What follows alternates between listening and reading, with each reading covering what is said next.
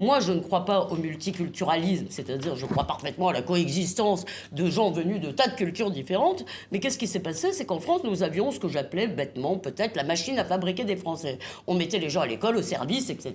Puis, au bout de quelques années, il leur sortait des gens qui gardaient, comme les Juifs, comme l'ont fait mes arrière-grands-parents, ou, je veux dire, qui gardaient en privé ou qui gardaient dans leur vie un certain nombre de différences, mais qui s'acclimataient à notre mode de vie. Par exemple, je veux dire, quand je vois effectivement des petites filles voilées comme ça, à 8 ans, si vous voulez, excusez-moi, je n'ai pas l'impression que nous avons réussi à acclimater ces gens à notre mode de vie. Et ça, malgré Quand vous des dites ces efforts... gens, vous parlez, pardonnez-moi, je vous coupe, vous parlez français aussi. Bien sûr, je parle, mais je dis que depuis le début que nous avons un problème.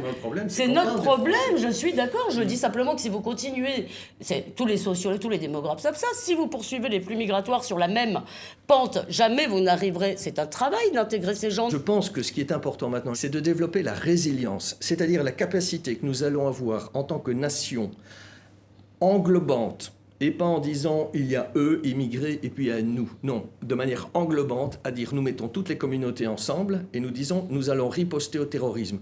Et si vous ne voulez pas riposter au terrorisme, alors vous ne faites pas partie de la nation. Ça, c'est autre chose. Mais la première étape, c'est de dire toutes les communautés, a priori, cette fois-ci, pour la première fois, se déclarent choquées.